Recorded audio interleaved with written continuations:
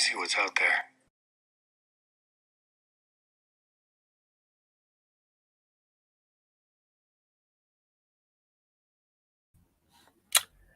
Hello and welcome to Home Media Minefield presents Let's See What's Out There Plus, a weekly video stream and podcast currently focused on Star Wars Andor, which is available to watch on Disney Plus. In today's episode, we are going to have a spoiler-filled conversation around episode 6 titled The Eye. So be warned, spoilers ahead for this and what has come so far. My name is Keith Isles. I am an independent filmmaker and lifelong enthusiast of film and television and and Star Wars indeed as well. So welcome if this is your first time finding us. Please do check out some of the other work on this channel. We of course have been talking about all of the episodes of Andor to date, but we have shows discussing other movies, TV series, all that sort of thing, as well as breakdowns of physical media releases, technology, interviews, all sorts of stuff related to film and television. So if you look around, you like this sort of thing, please give us a thumbs up, consider subscribing to the channel because that really does help us grow and get more of an audience. And if you hit the bell icon, you'll get notified as and when new content drops, because it can be somewhat sporadic in this world of streaming, etc. Anyway, I am not alone today for this discussion. I am pleased to welcome back regular guest at the moment. He is an artist and a writer and a big Star Wars and, well, genre nerd, I would guess. Welcome, Graham Williams. Hey, Graham. Hello there. Thanks for the intro there. I've never been called a nerd. I've been a geek before, but I'm glad now that I've done enough of these that I've graduated to become a nerd. There you go. To celebrate that, I'm actually going to drink my Bantha milk, blue. Oh, wow. So I will have this it really is, for the rest of the episode. It really is, isn't it? So... It is, yes. Yeah, we bought a Bantha the other day. It's in the back garden. You've been milking the Bantha. Yeah. Bertha, we've named her. Bertha the Bantha. Oh, I love it. That's right, yes. I love it. You may be able to hear in the distance sometimes. She's having a bit of a nap at the moment. We might hear her at some point on this show, potentially, right? Indeed. So there you go. Cool. All right. Well, obviously we've got our little format that we'll go by, but broadly, did you enjoy episode 6? Did it give you what you wanted? No, I've always said to people, there's no such thing as a silly question, Keith. Right, but that, of course, yeah, it was everything that we wanted and been waiting for. I believe I feel totally. It was thrilling. I'm sure we'll use that word a lot. It was tense. I'm sure we'll use that word a lot too. Loved it, mate. Yes. And I've been totally evangelical about it for those who haven't even started Andor yet. In our universe here, believe it or not, there are some people out there who have yet to watch it. But yes, I'm a real pusher this week from the other episodes, but this one in particular, the build up to this and the execution of the episode, at least, was flawless. Yes, no, absolutely. I mean, I was trying to sort of quantify where I'd put this, and I think in terms of the Star Wars that we've seen on the small screen, you know, the streaming shows, this was for me the most exciting since the season finale of Mandalorian season 2, which obviously was another fantastically exciting episode of Star Wars. But yes, this for me was right up there with that one. So but anyway, let's get into the show. So, Graham, you made Fire in 5 years.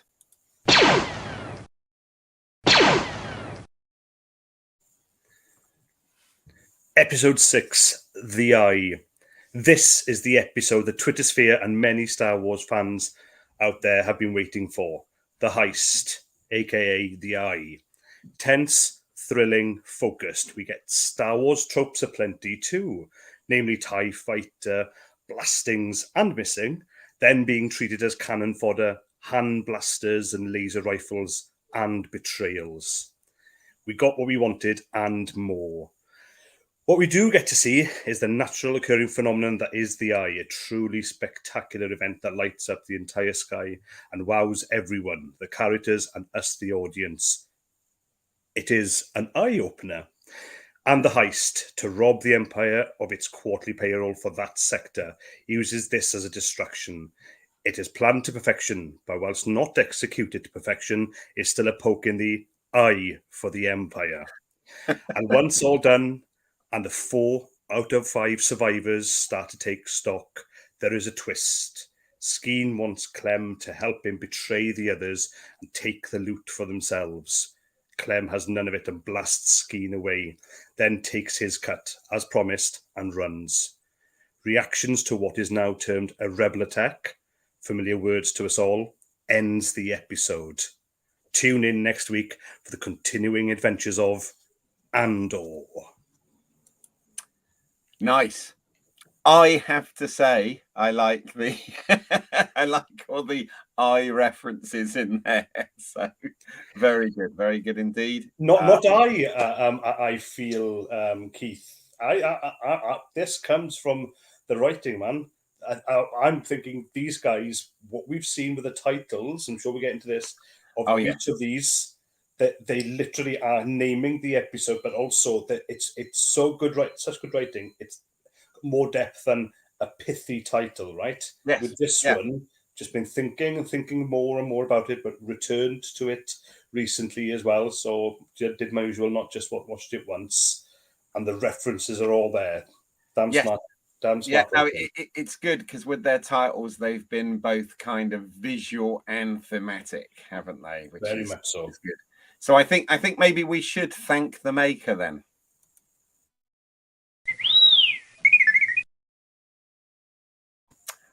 Alrighty, so looking at this week's episode, and this is I'm guessing the end of the 3-episode arc that's written by Dan Gilroy and directed by Susanna White. As I said, Tony Gilroy said up front that it was going to be basically sort of 3-episode story arcs making up the 12 episodes of season 1, which would cover about a year in the Andor timeline, and then season 2 would cover the 4 years leading up to Rogue One, or apparently that's the plan. So, but yeah, this indeed was a very well written, as the whole show has been so far, and well directed episode. So well done, Susanna White, on that.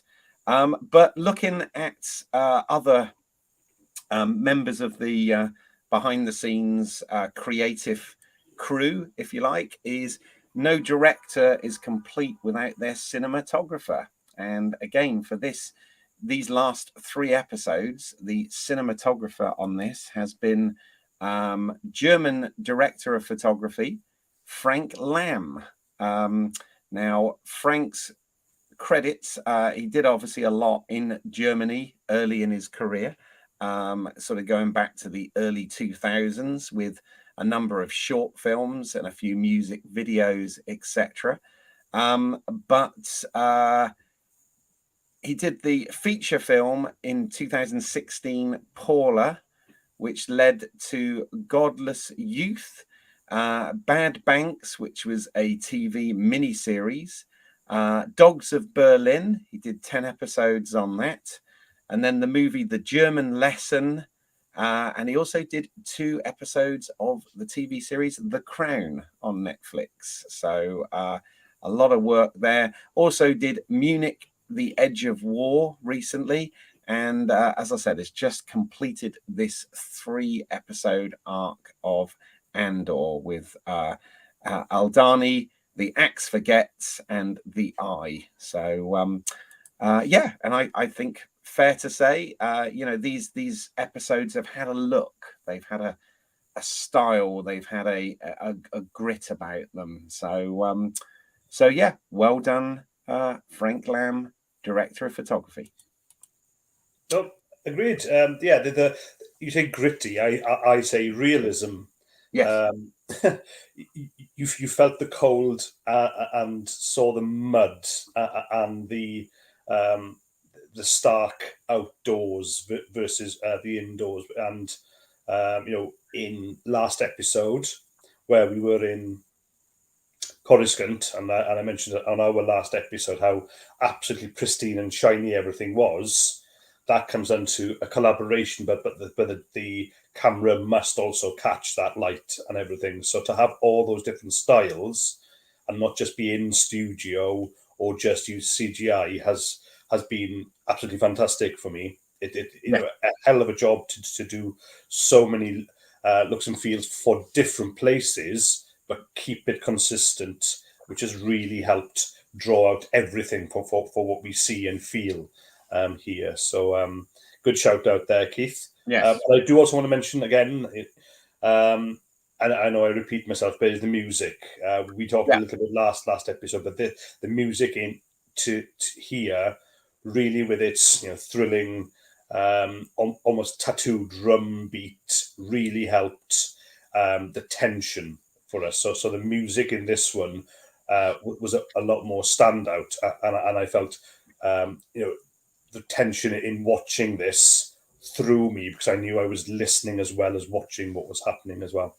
Yes, no, absolutely, and we applauded and talked about Nicholas Bittell, sorry, last week. And interestingly, I actually did go to it's screening season for me at the moment, which I'm loving. And I went to see the new film She Said, which is the it's the New York Times journalist's account of the Harvey Weinstein allegations, and starring Kerry Mulligan as one of the reporters there. But I noticed that, again, the music was very atmospheric during that because they went for a really kind of realistic vibe, because obviously they're accounting true events from 2016, and I noticed in the end credits that Nicholas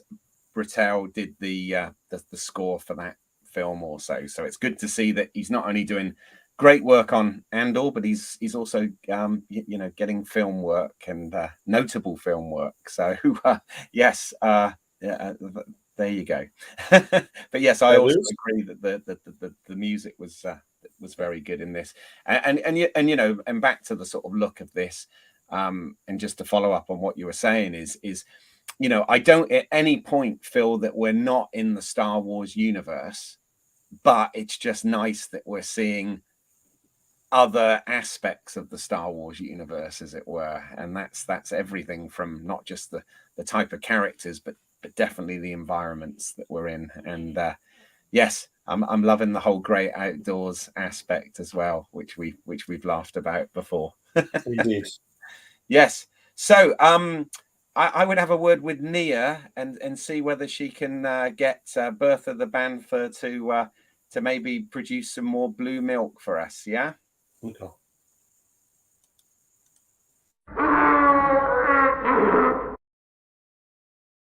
Oh, I was gonna say, I hope she used the gentle touch there. I don't know. That could be a bit of a mess.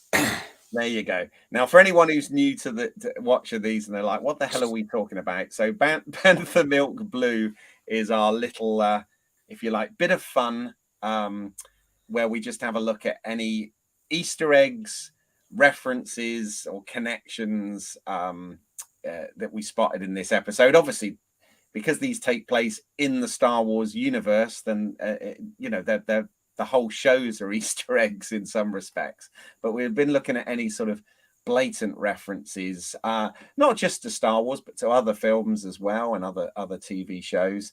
There are channels out there that do this much more expertly than we do. As I said, it's just a little bit of fun, that we stick in the middle of the episode, just as an aside. So, Graham, was there anything overt or blatant that you spotted?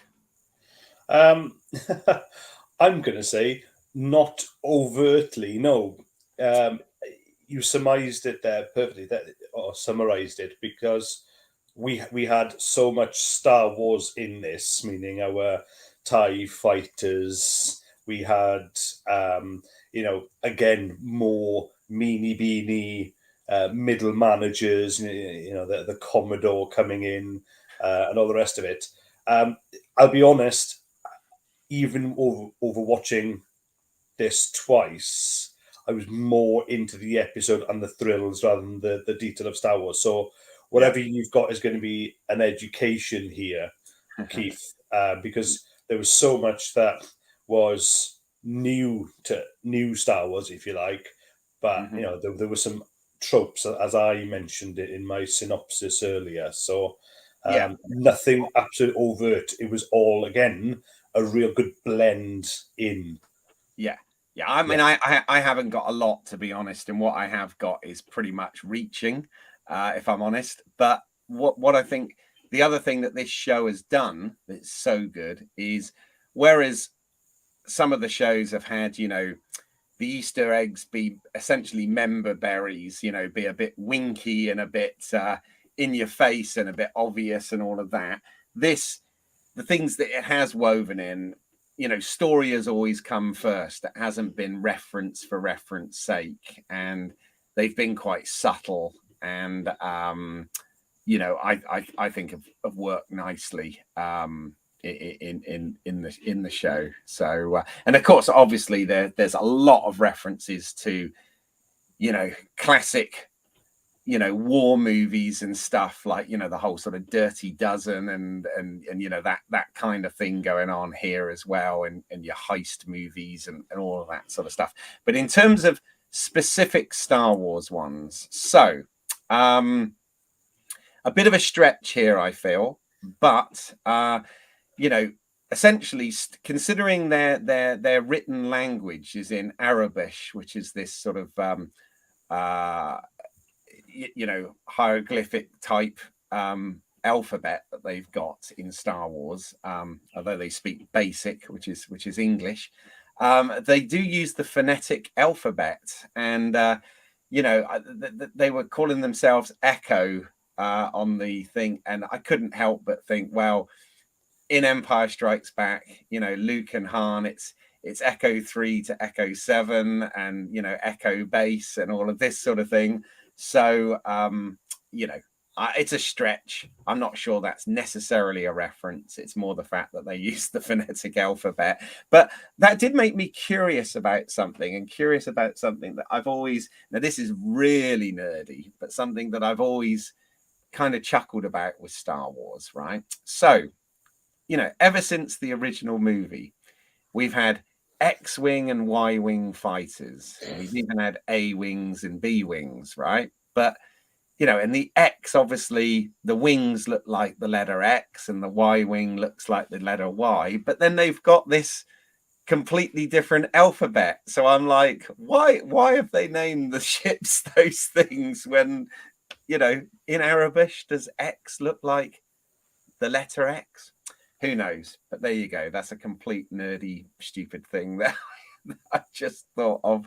But yes, so there was the Echo call sign.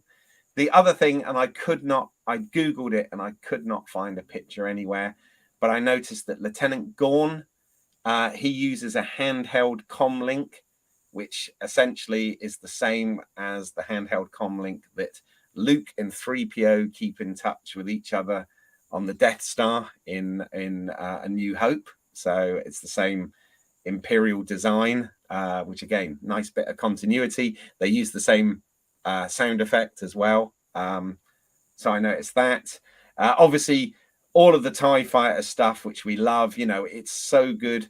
I mean, yes, in The Force Awakens, we saw Poe and Finn get into the TIE fighter and it launch and all of this sort of thing. But it was just so nice to see the Imperial pilots, getting into the TIE fighters from the gantry, and the TIE fighters launching, and obviously we had the sound effects and the graphics on their display and all of that completely matching everything that we know and love. But as I said, these aren't overtly Easter eggs. They are just things that place us in the Star Wars universe. So yeah, that was it. It was a real stretch this week. Your point on story first was more so here. Absolutely. Yeah. I know there was a complaint that you had heard last week, Keith, about this isn't real Star Wars. Texted you straight after this, man, and said, it's got real Star Wars in there for all those who have felt or a bit disgruntled and have felt maybe let down. Not in our camp, of course, but this time, seeing and hearing TIE fighters, that's from my childhood, right? They're the baddies, but they've got really cool kit, and they've got these amazing green shooting laser, exciting starships, the TIE fighters there, and then even the blasters too. Brilliant. All of that was all in context and worked and really worked secondary to the story and the plot, but obviously it enhanced it for me because I'm a fan. I got it, and it was more. Yeah. So everything that was Star Wars in there, though, was still in part for me trumped by the eye. We've never had reference to it, never seen anything quite like it before. So we have that. But if you really want to stretch more, again, just blend, that real mix of Star Wars. Right at the end, we do get Mon Mothma in the Senate. Yes. Doing what I feel happens to me sometimes when I'm making it a serious point and I don't get listened to because everyone else is distracted by their devices. And back to Lutheran, but that one with the Senate, I thought it was done really nicely. I was still look to see because in one of them, it may have been Phantom Menace, where you get ET.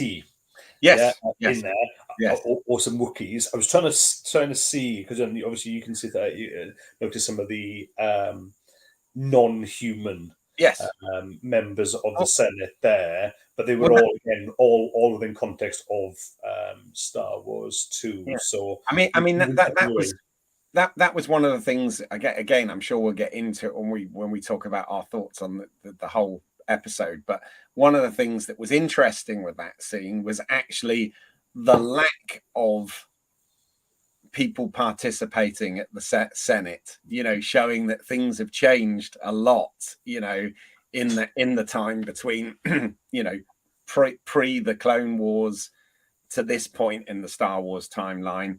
The Senate was rather barren, intentionally. We also had the Imperial logo on the front of the dais for all of them as well, which again was a subtle. It was familiar, but different, which is what they've done very well in this whole show. I think in terms of fleshing out the Star Wars galaxy, we are getting to see a lot of other things in this show, and that's what I applaud it for, definitely. We're getting treated in my view. We had Mandalorian, which blasted through. Was the pioneer in live action, decent, brilliant, exciting TV for Star Wars, but an expansion, and now we're getting it here. Yeah, absolutely. Well, before we dig into the episode, we always do this little bit for fun, which is I've got a bad feeling about this, or never tell me the odds.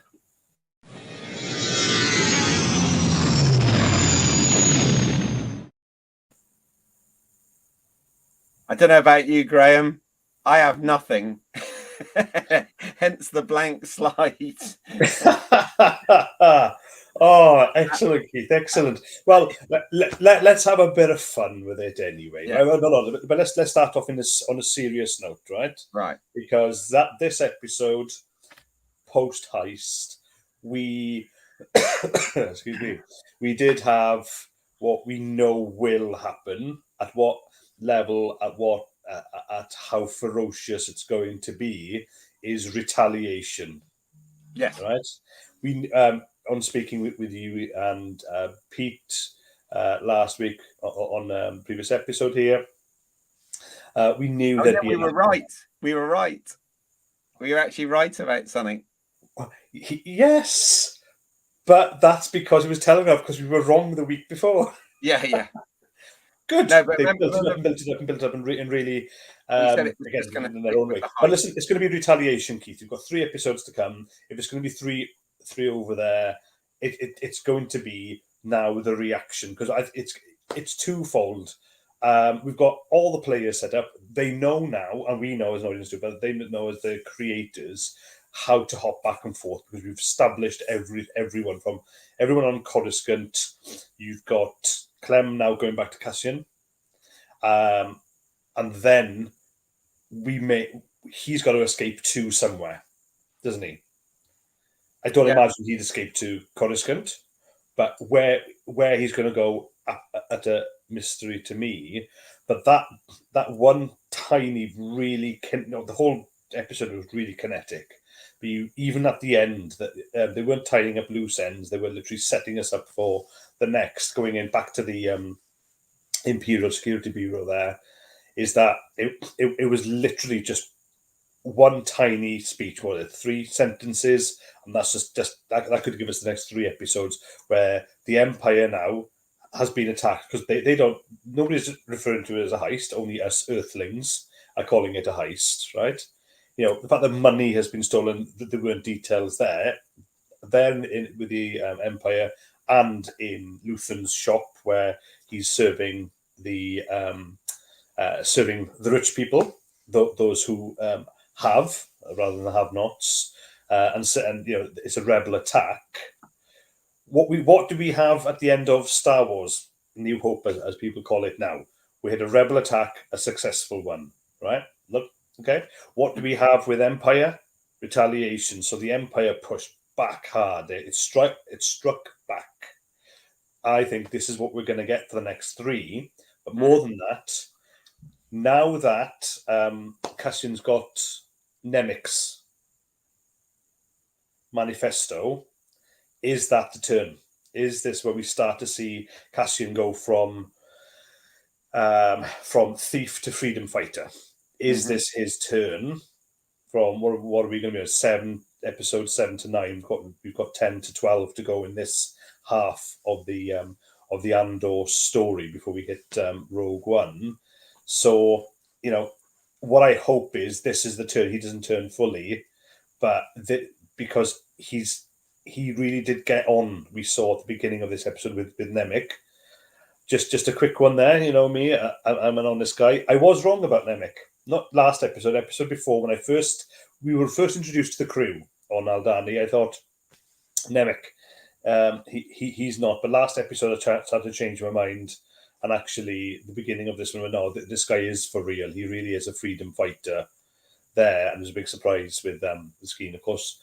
But the fact is, I think that manifesto being handed to him, the retaliation, that's where the turn is going to happen. And that's what we're going to start to see. We're going to start to see a blooming of this. How is it going to be done? I haven't the foggiest of ideas, Keith. Yeah.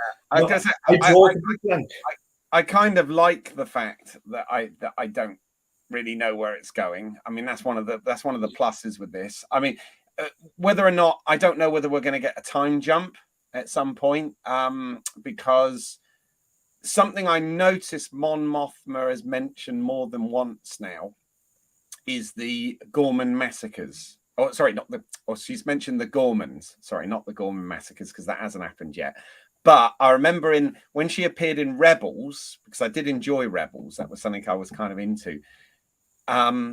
I think about 2 years on from this, there is the Gorman massacre, and that's kind of what makes her, leave the Senate and form or start to form the Rebel Alliance. Yeah.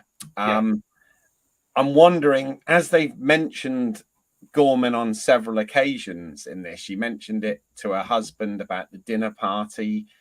She mentioned it, at the Senate. I'm just wondering whether, I'm not necessarily saying this season, but maybe next season, whether we will see the Gorman massacres, and so it dovetails into what she does in Rebels, because that is supposedly all canon, right?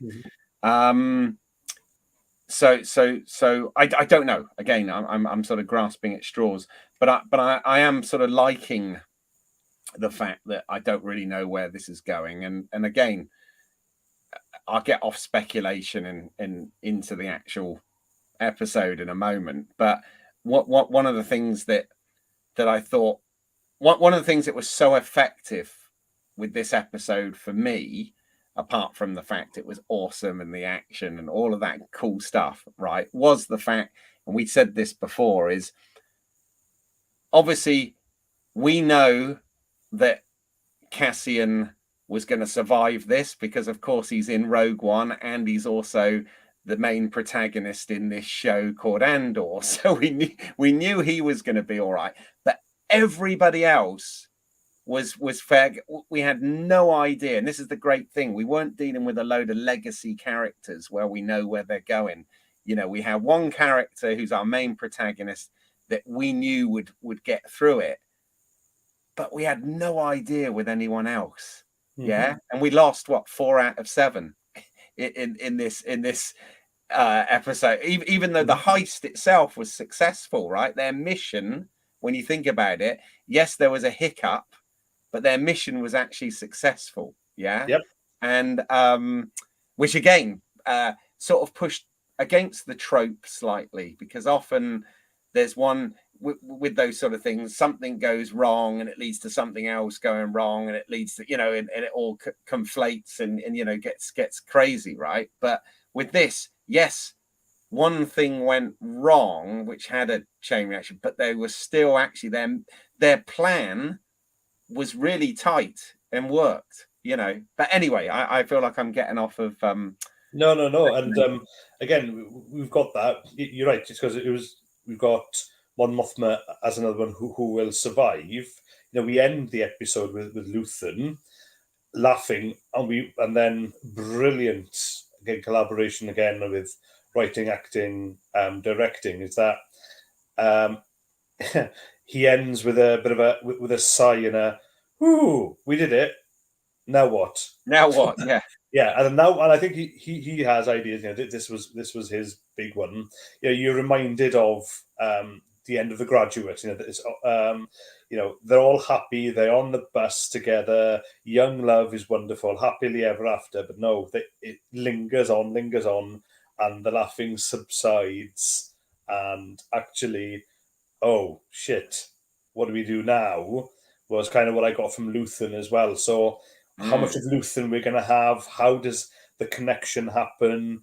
We've now got the Kyber crystal, which was a major link between Andor and Rogue One with Jyn and the crystal as well. That's no longer with Clem, Cassian Andor, right? That's been handed back to Bell. So how does that come through to get to name Mids Mikkelson's Galen Erso. Galen Erso, who gives it to Jyn, right? So all of Is it actually the same there, which is that actually the same crystal though? I know he was. I could be listen, if I'm wrong, fine, but it was just that trigger that I was wondering. If I'm wrong, fine. Then I don't know. If it is, that's a connector for me. So that means that Luthen is still going to be around because he's had his one. Is he a master planner? Is he the Hannibal of the A-team for these guys? I think Graham, I'm not sure, but I think it must, even though yes, it's a Kyber crystal, I believe it's a different one. And the only reason I say that is in the timeline, Galen would have given that to Jen when she was very young, so it would have been before this. 5 years. Okay, I'll stand corrected. I'm Because easy there. what we see at the beginning of Rogue One is she's a child, right? When Krennic comes to visit them to try and get, and I believe she's already got her crystal at that point. And I think it's a slightly different. Again, I'm getting all pedantic now, but I think the prop as well is slightly different.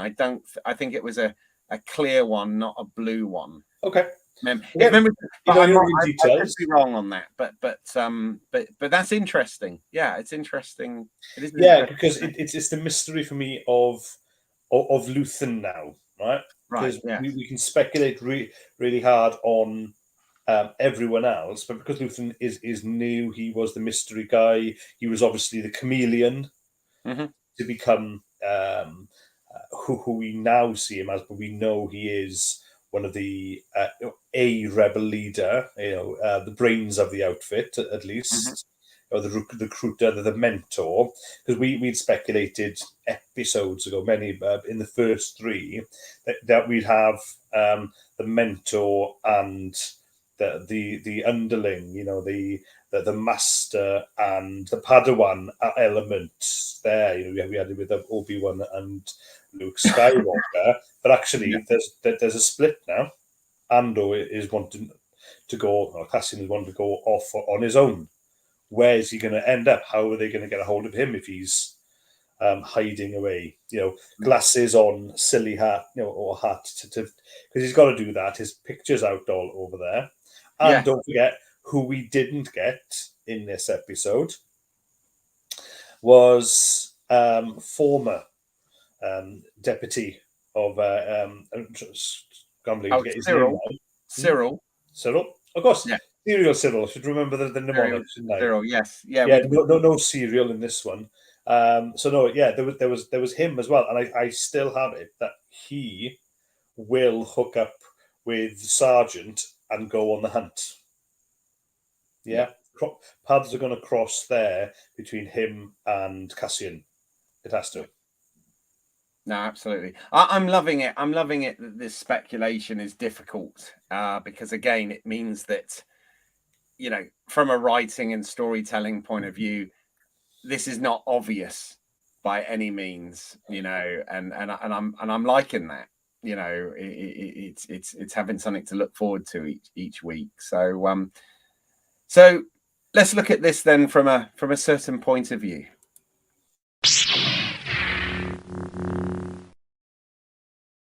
Even though there's not a lightsaber in sight, but yes. But well, I'm sure we got loads to dig into here, but hey, at least Cassian shot first, right? Well, actually, technically, it was Sintra who shot first. Right. Yes. That's true. Yeah, sure. So that another tense scene where there was a standoff quite early on, but that was just we thought would be the catalyst, but they still kept it tense. But Cassian, he did. Big surprise on that one. I want to hear your thoughts on that end there, Keith. But what have we got here?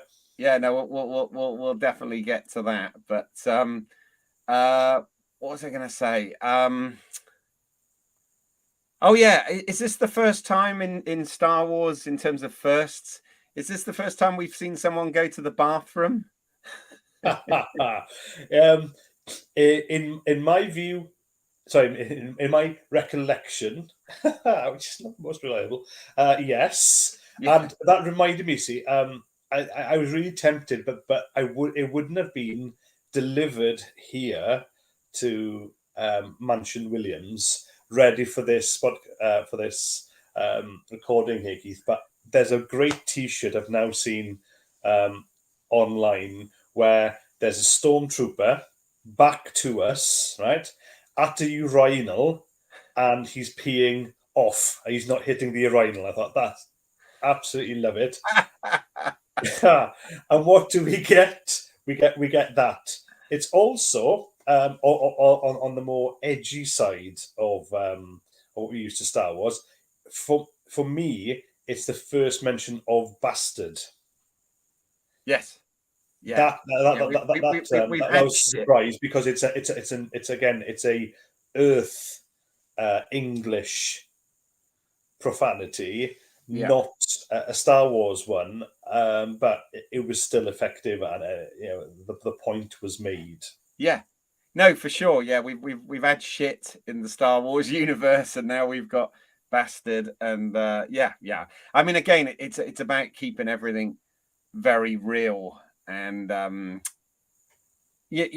think this episode did some interesting things, apart from being, like a fun, action-packed episode that we were waiting for after all this, character building stuff that we'd had for a couple of episodes.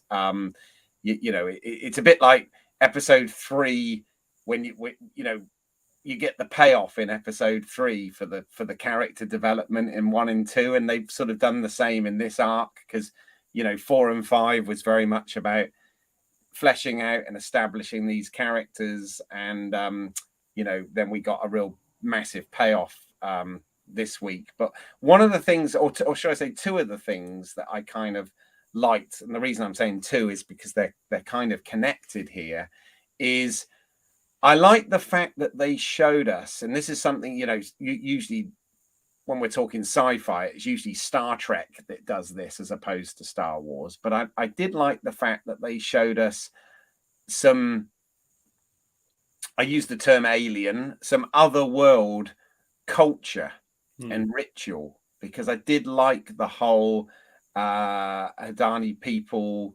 coming to celebrate the eye, celebrate this phenomenon that happens, every 3 years or whatever, and we saw some of, we not only had their own language and their own sort of dress style and all of this, but that they established a whole culture around it, with the ritual and the handing of the pelt and all of that sort of stuff. And so I loved, on one hand, that we got some of that. We got to see a different culture on a different world, done in a very believable way, because of the way it was portrayed and acted and designed and all of that sort of thing. But also, likewise, and I think this is probably the first time we got a glimpse into the private life of an Imperial officer, and the fact that he had family, and and the way he saw the world from a work perspective, and the sort of disrespect, almost like that sort of colonialism disrespect to a culture and all this. So those two things, I thought, meshed and married together very well in this episode. But I also like the fact that we actually, again, it's peeling back the veneer of the Star Wars universe, and we're seeing something that's familiar, but from a different from a certain point of view. There you go, but from a different point of view. And I thought that was handled really well in this episode, because it wasn't just about all the action and the tension, but we did have that glimpse into something deeper within the Star Wars galaxy. I feel like I'm waffling. Am I making any sense at all with this, Graham? You are indeed. No, again, it's why we love talking about this. Or making sense. It's a case of, yeah, you're right. It's under the veneer. It's expanding. It's smart for us, modern, you could argue contemporary, look at something that we grew up with. We're now adults, and we're getting an adult point of view on this galaxy where it was all thrills and twists and or not just the excitement, but we had a love for the characters and the story back then. We've grown up physically, not necessarily mentally, and the inner child in us is still there, but it is, and this is why there is a genuine, to date, love of this, because we're getting more and we're getting the quality. We know, granted subjectively, what our quality levels are and what we get from entertainment, and we're getting it here. So seeing the Dani people there, but then the reaction of the Empire fits. Seeing what we probably will, as we just speculated, a retaliation by the Empire, all fits. Yeah, you want to scratch a bit further. We've got it's not a storyline, because unfortunately Tamarin, one of the crew, is now dead. He was a former stormtrooper. The reaction to that fits. The reaction to it is like, oh my god, that's really bad. He's now here. But then you've got Sintra, whose family was slaughtered. We only had that in 2 lines of exposition. We didn't need any more. But because the characters had been built up, we've got that. It's some of it's familiar to us, but the others wouldn't. If you had somebody coming in knowing that there was a reaction to a stormtrooper who was a former soldier and a family gets slaughtered, that's adult, but also real. When I say real life for us Earthlings. We get that. So again, that blend is all there in between the tension and then the excitement of what we're given. So even it's not just, here's a throwaway line of dialogue, here's the reaction to it. So I couldn't help but think, by the way, sorry to interrupt you, but I could, just on that point about the him being a former stormtrooper and all of that, I couldn't help but think of the connection actually with the Force Awakens and Finn's character, and I sort of thought, oh, that's good, because obviously that was something, and sadly they didn't follow through with it in those films, which is a whole nother podcast entirely. But I always thought that what they set up there with Finn in The Force Awakens was a really intriguing idea that a stormtrooper decides that what they're doing isn't right. I know he was a first order stormtrooper, but essentially it was the same thing, right? He's still a foot soldier, cannon fodder. So you could say a survivor who wanted out and now wants to go against the Empire. So everyone that we've seen here, even the Dani and the chieftain in this episode, kind of have to accept the fact that the Empire are here, but actually want to push against as well, and they really want to rebel against too. Now, a twist for us at the end of this was that actually it wasn't just Clem, so Cassian himself, who really at the moment isn't in it for anything but the money. We found that Skeen was. So all of a sudden, we've got everything that was built up last episode, and we've got some great character building, has just now been turned upside down. Absolutely, and all again, just in one scene. Instead of, and then, without dwelling on it, boom, he's gone. And we're back to Cassian. So everything is true to the characters. Bit of a twist there, brilliantly played. But then Cassian's, I thought about this a lot afterwards, more than most of the episode, is that in fitting with the nature, regardless of your character and what good, bad, or indifferent and their actions may be, Cassian Andor now has been true to character, true to his nature. He was there for the money. He's gone. Everyone else was in it there. So too, back to our original point about Tamarin, is that he was a stormtrooper and he really wanted. You can see in the actions, but we didn't get with Finn in Force Awakens, is that they followed through here, but in a very short period of time. You could just, once that bit of that nugget of information was out there, they dealt with it. They pushed it. It changed the character for us, and their actions still made sense. So again, there's action and then reaction, but they're all consistent and they really do fit. Yeah, yeah. No, and again, I do like the fact that this is obviously some decades before the Force Awakens, but obviously a couple of decades after the Clone Wars, where they were using clones as the soldiers. But the fact that yes,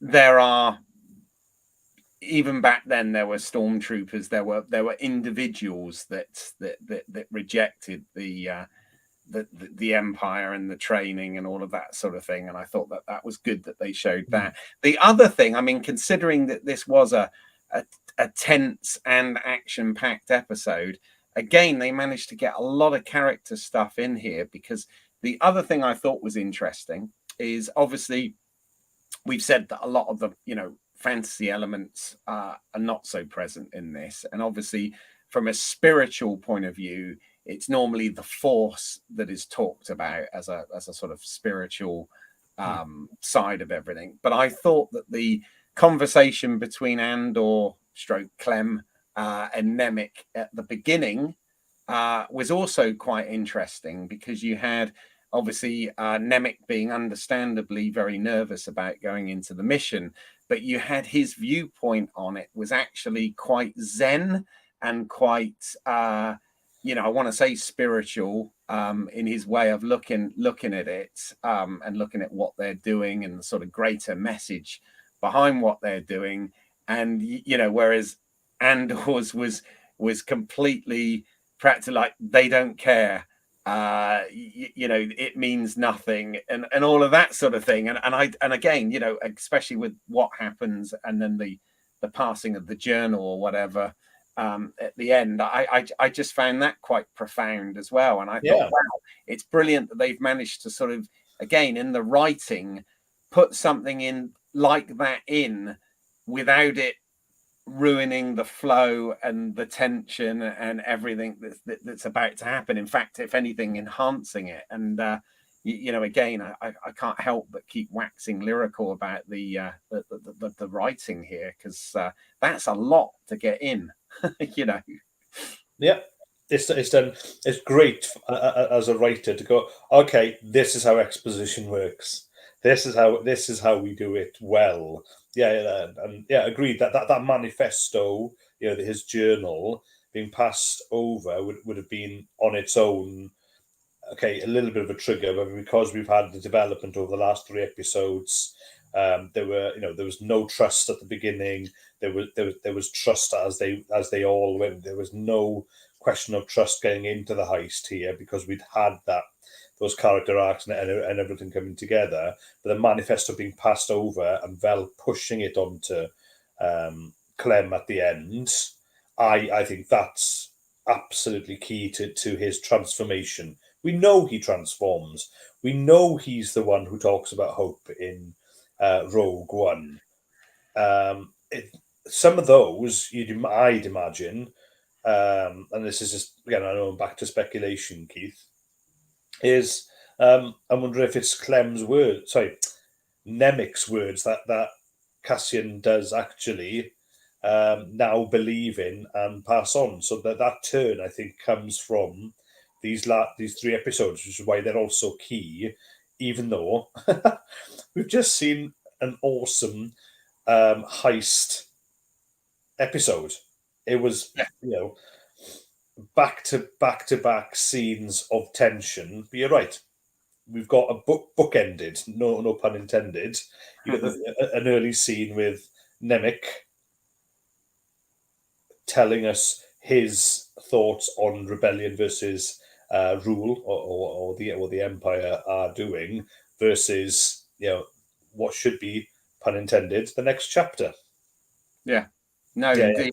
I also like the fact that again, it was a beat that was put in there, and it was done obviously to create some tension, but it also, for me, made really good sort of logical character sense as well, was the fact that Vel hesitated before. I mean, for a start, she was going to jump off a bloody dam, on a wire. So which I think anybody would be hesitating about that unless they were Tom Cruise.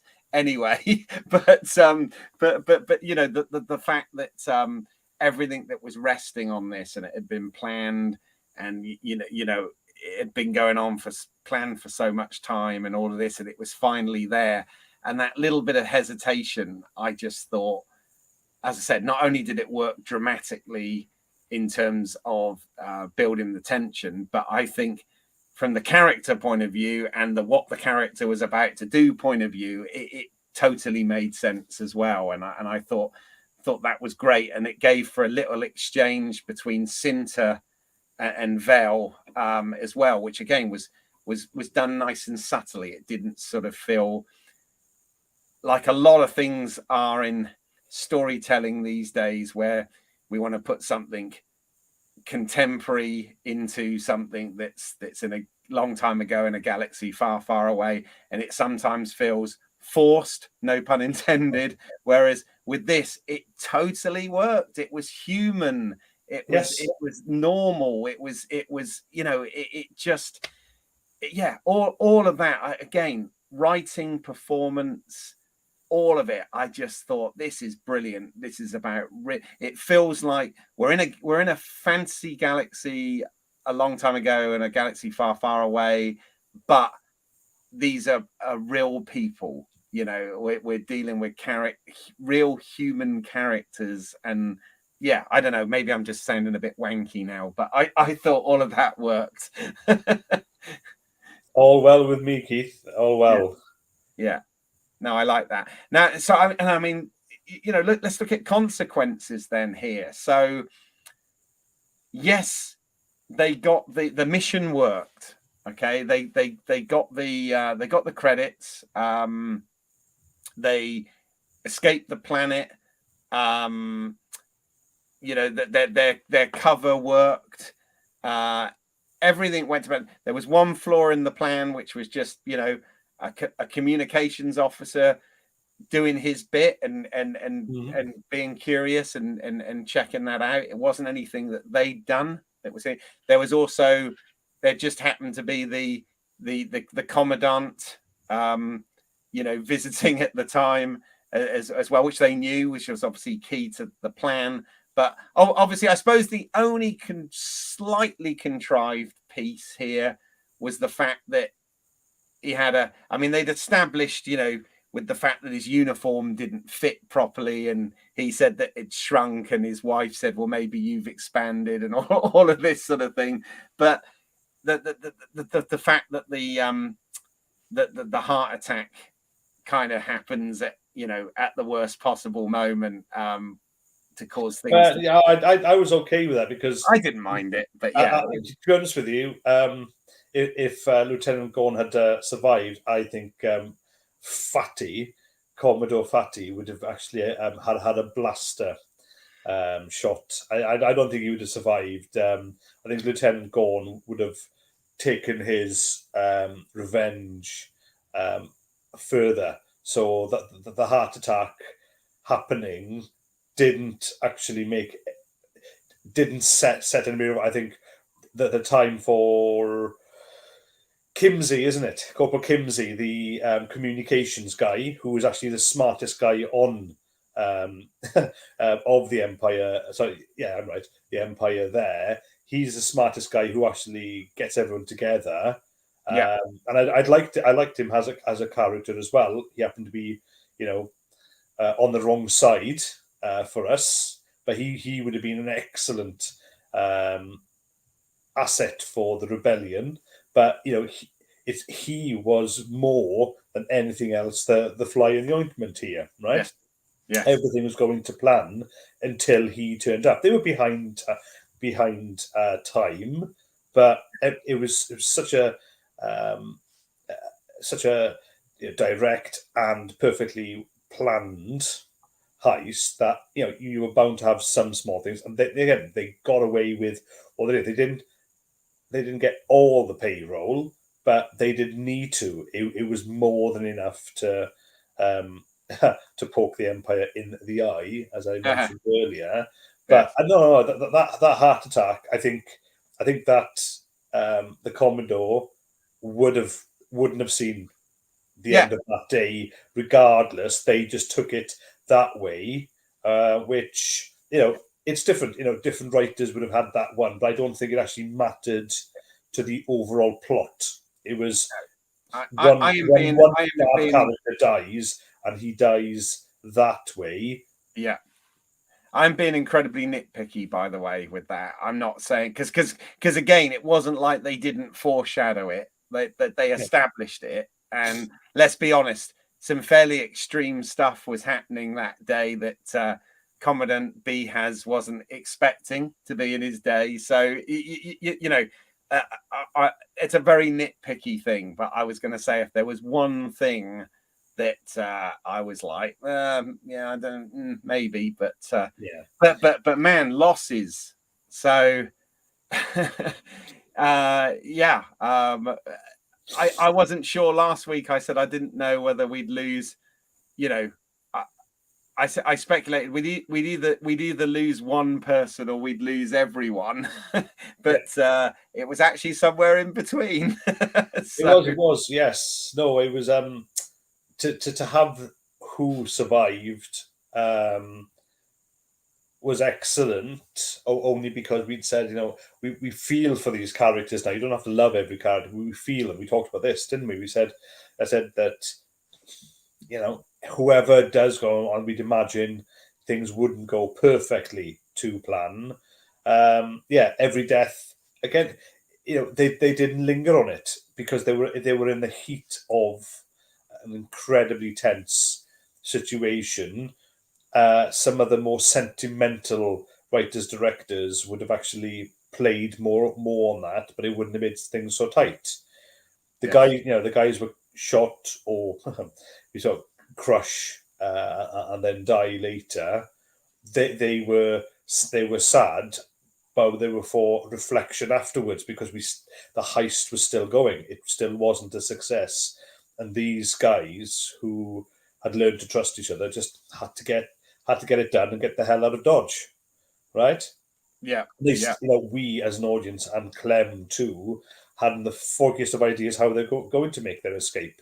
We'd had bits of it. We knew that there was going to be a flight, but what we didn't know was the eye itself. That phenomenon which I looked at meteors coming over. We didn't know what that was going to be, how dangerous that was. The slide and the picture you had last week, Keith, about with Diego Luna, so Clem himself, with a background of that was fire. yes, Didn't know that was the eye. Thought that was going to be a blast within the bunker there, within the where the transporter was going to be. But actually, I was wrong there, and right and fine, because we were actually within the eye itself, right? yeah, So that was absolutely tremendous, and that's where I got really excited. Of course, we'd had the menace and the cool for me, which was the TIE fighters you bring up there. The TIE fighters getting ready, the pilots getting in, all ship shape, and then off they go. It's like, right, now they've cranked it up even more again. Yeah. So that was utterly awesome. I loved going back to that scene. And also from a sort of heartbreaking point of view, Nemec's last words, were climb, and ironically, K2SO's last words to Andor was climb as well. In Rogue One. So again, it all there's kind a connection. it all kind of connects. I also like the fact that when we did cut to the TIE fighters launching again, we got the graphic on screen, the caption in the same sort of style again as they did in Rogue One, and I'm liking those little kind of things, which that was awesome. But from what I've seen and read online, because from when it dropped on Wednesday, the Twitter sphere, but the internet practically got broken because it's just a spectacular light show, some people call it, but it was more than that.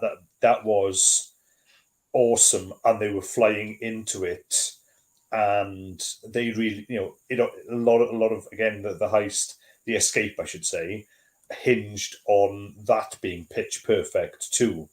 Yeah, so there was enough there with the glass cracking.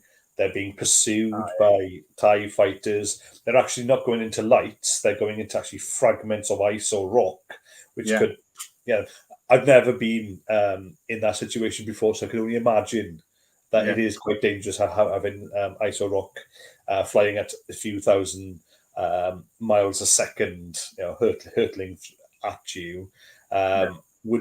Would be bad if hit, but it was spectacular enough and well done. Again, all the mixture of what you're seeing, what's being built up, the sound, all of that, then to just escape, and then flick. No mucking around with, right, let's have the journey between there once they've escaped to the Doctor.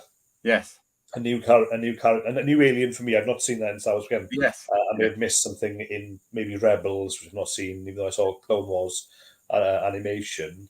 But to do that, they just got on with it. It was one of those types of episodes, wasn't it? Yeah, but there were that whole thing, like you said at the end, the build-up was all the layers of stuff. The tension, like you said, the environment that they had to fly through that ended up being, fatal for the TIE fighter pilots, obviously. But they couldn't get that lock. I was waiting for that lock on sound effect, from that we're used to, and they couldn't get it, which was quite cool. And again, the analog technology that the what we called the Polaroid camera last week, it was able to get them their course, which again was interesting. That the lower tech was actually the savior there, which again has always been a bit of a Star Wars thing. What was I going to say as well? So yes, the quad-pore Doctor. I wasn't aware of that alien, but again, that was pure, for people who say it's not Star Wars. That was pure Star Wars. Star Wars was always about, right back to the Cantina, was about these exotic looking aliens and stuff with, and we've got a 4-armed Doctor, which makes, when you think about it, makes total sense, right? It's like, nurse, mop my brow. Oh no, I can do it. And that's we're coming to the end there. That is the only comic relief in the entire episode as well. Everything's been so damn tense. You've just had a tense standoff between Skeen and Cassian outdoors where nobody knows. It was the hands up. Oh yeah, hands up. Sorry, that made me smile. No, that was kind of without being like a whap whap whap comedy moment, but it was a little chuckle in there, which what I found interesting with Skeen was when we were still on the ship, Skeen seemed like the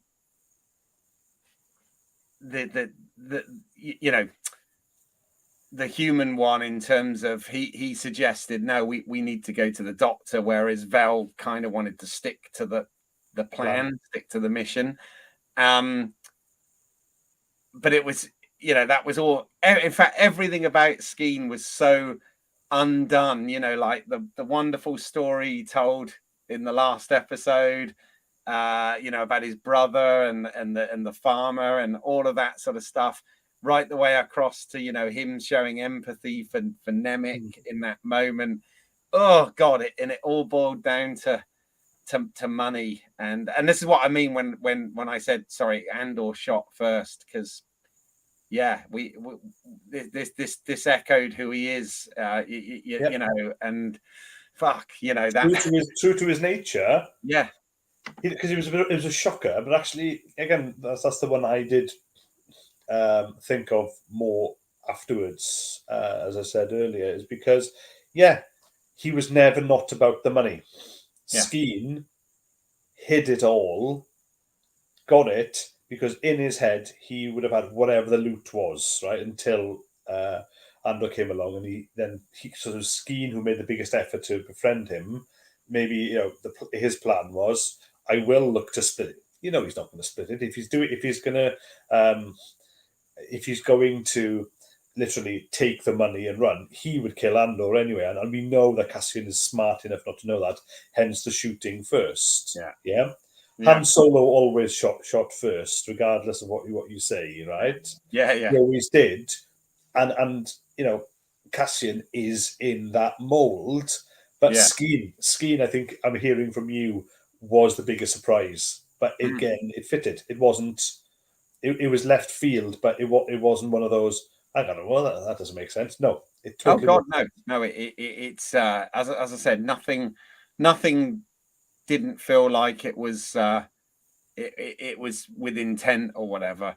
The one thing, I guess the one other question I've sort of got. I mean, obviously, no idea where this is going.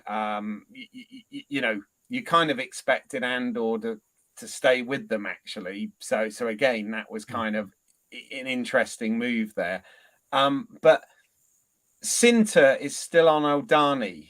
She wore the Imperial officer uniform to get away there. I was unclear as to whether that was actually part of the plan or whether whether she was supposed to rendezvous with them later, as heroes in Star Wars do, and meet at the rendezvous.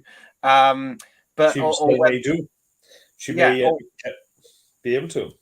Yeah, I mean, I'm sure she's going to be back.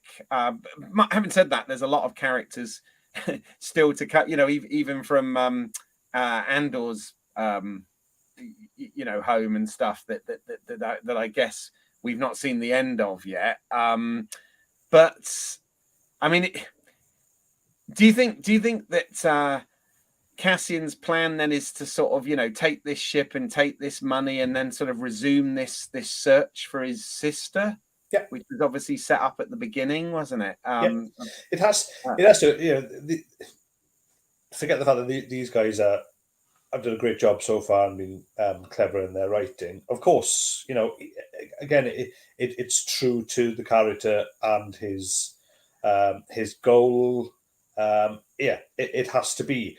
He was trying to escape first. That was that danger. Then he got tied into a heist. That's now over. Unless there's another distraction with all these retaliations where he has to go into hiding. Yeah, he's back on his life mission now, right? Yeah.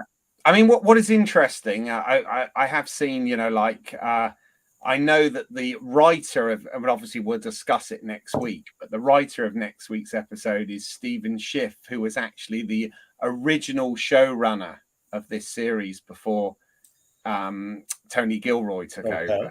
So that's interesting. It makes me wonder whether that might be something that was established in the original vision for the show before it was reshaped into what it is. So who knows? Maybe there will be a jump in time or something there possibly, but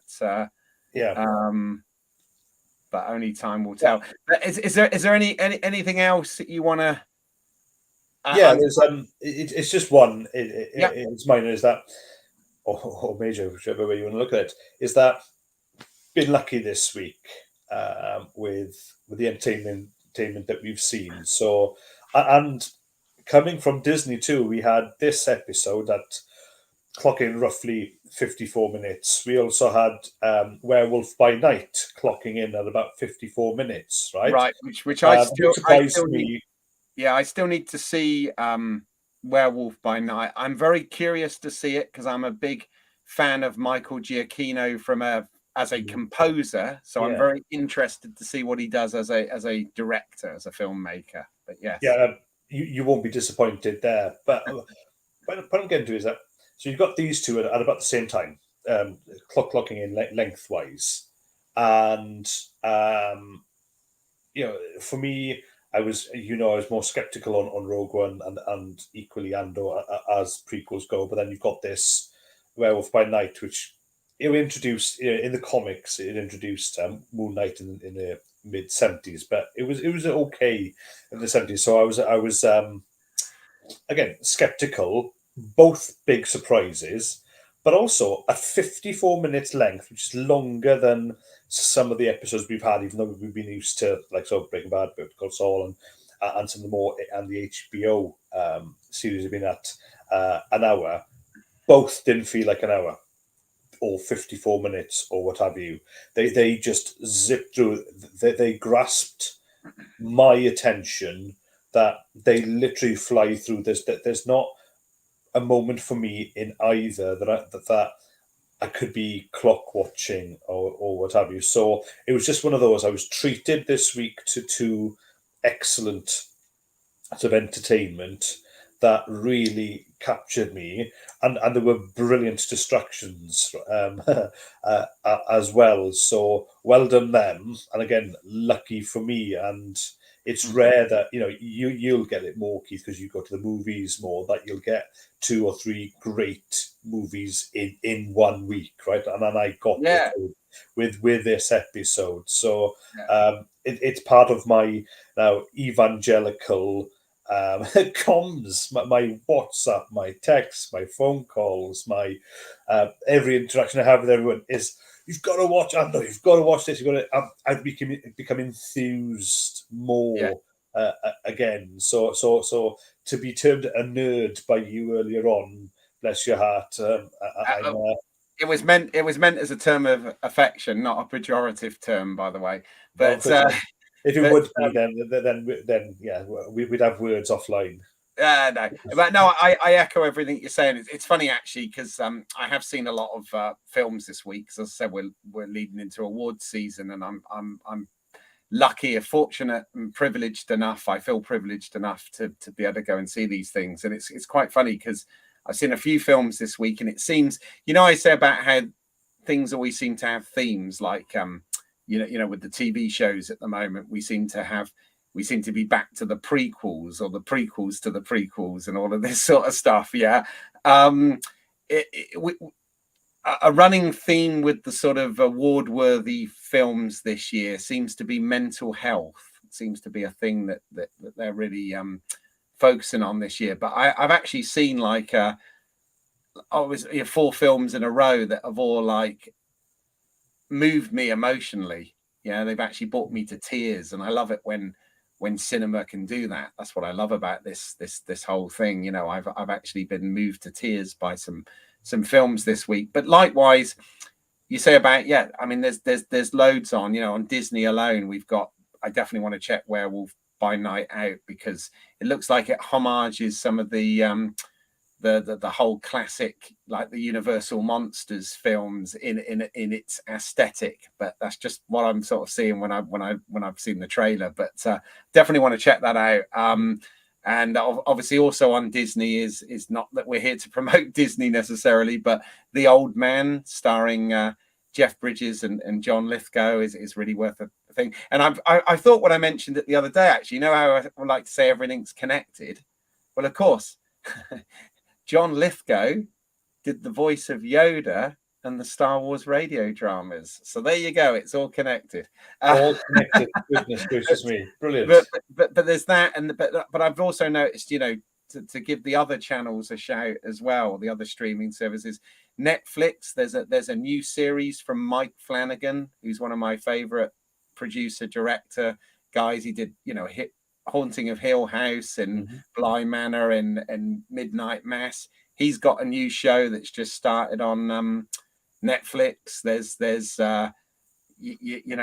Dharma, which I'm halfway through, which is very disturbing. But we are absolutely blessed, because there is just so much material, both whether it's in the theaters, in our homes, whatever. At the moment, we are absolutely spoiled, and I'm finding it hard to keep up with a lot of it, which is a real, first world issue, right?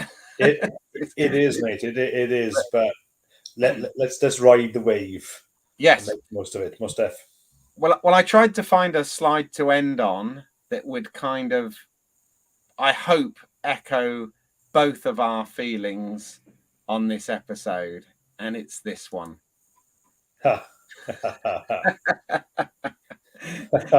we're sharing the joy that Luthen. Thank you. I was just trying to think of the character's name. I was like, it's Stellan. No, Luthen, as played by Stellan Skarsgård.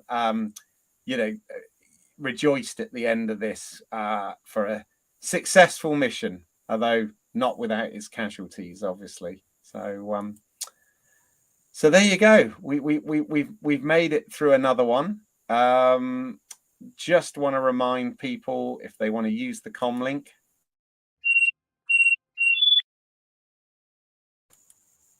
so just some housekeeping bits. So obviously you found the channel here. As I said at the beginning, please do like, subscribe, all of that sort of stuff. You can get in touch with us via email at lswotcast@gmail.com. That's Let's See What's Out There. You can follow us at LSWOTcast on all the social medias, as well as Home Media Minefield. I want to thank Neil Myers, who does the theme music at the top and tail of this show. Neil's excellent work can be found at neilmyersmusic.com. I always appreciate his contribution. If you want to see some of my creative work, go to my other channel, which is British Isles. That's EYLES, as in the spelling of my last name, and you can see some short films, etc. there. Also on this channel, there is some more Star Wars material. The aforementioned radio dramas are deep dived into if you want to find out more about them. And also I do look at the Star Wars original trilogy on physical media. And talking of physical media, again, there's been so much going on that I am so behind with stuff. I still have some unboxings, which I'm now a bit late on to do, but I'm going to be hopefully doing them in the next week or so. One is going to be for the new Star Trek, the motion picture director's edition. I don't know whether you remember, Graham, I did an episode about a year ago asking whether the 4K releases of the first 4 Star Trek films were worth the wait or not, or worth the upgrade, should I say. And I said, I didn't think so. Hang on. This is the beginning of that, where we have, as I said, a very special collector's edition of Star Trek, the motion picture, which includes 3 different versions of the film, plus extras. So I want to do that. And also from Titans of Cult, again, I know one of your favorites, Graham. Wonderful. Yes. Which I already own many times on 4K. I have a steel book of that, the most recent steel book of it. But yes, and I'm going to hopefully be doing I will be doing the unboxings of these. They came out, that one came out this week. Star Trek's been out for a couple of weeks now, and I've just been so behind. They've been sat there in shrink wrap, waiting for me to actually get on and do it. But but that's the plan. But brilliant. Looking forward to them. Yes, but thank you, Graham, for joining me once again. Thanks for having me back again. We'll be back again next week. I'm sure we may have different guests from time to time, and obviously in a couple of weeks' time, I'm going to be stateside anyway, so I'm going to have to come up with something else for that. Ace. Well, I'll finish off my blue. Indeed. See you at the next one. Bye for now. Bye.